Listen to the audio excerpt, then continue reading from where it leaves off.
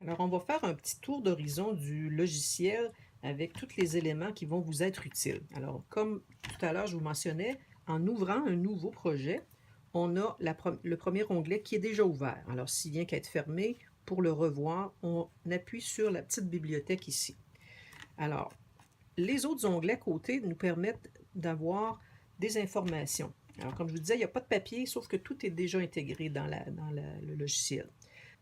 Alors, dans le deuxième onglet, ici, on vous présente en premier, sous la brique verte, les différents modèles, les différents plans. Cette fois-ci, ils sont classifiés pas nécessairement par projet, mais plus par sujet. Alors ici, le principe de direction, le principe de faire tourner un moteur, etc. Donc, vous avez différentes catégories et les plans qui pourraient être travaillés. Exemple, une année, on avait des élèves qui avaient besoin de faire des véhicules qui roulaient. Donc, on aurait fait faire certains plans où est-ce que c'était travaillé. Juste à côté, ici, sur le petit icône jaune avec une flèche verte, on vous présente les différentes façons de programmer. Exemple, on a fait un véhicule qui roule, on veut voir l'augmentation de vitesse. Donc, voici des exemples de programmation. On vous fait pratiquer la programmation en fonction de ce but-là. Donc, comment je fais pour arrêter un moteur? Comment on utilise telle fonctionnalité, etc.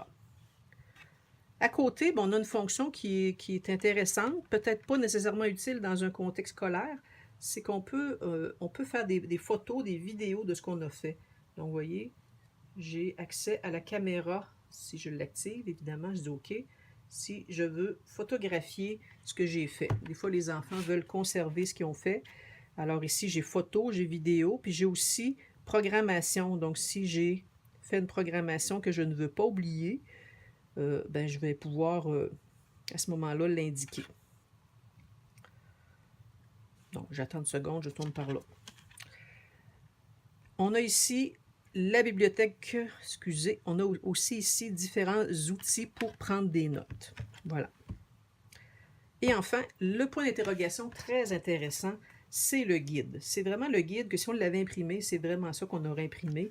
Alors, guide du logiciel, en détail, on vous explique où sont les éléments dans le logiciel, la barre d'outils, les projets sont où. Donc, ce que je vous dis là, si vous l'oubliez, allez dans le point d'interrogation et vous allez pouvoir le revoir. Donc, chacune des briques de programmation ici est expliquée. Alors, vous allez l'apprendre souvent en le faisant, mais ici, on a de l'information très intéressante concernant ces outils-là.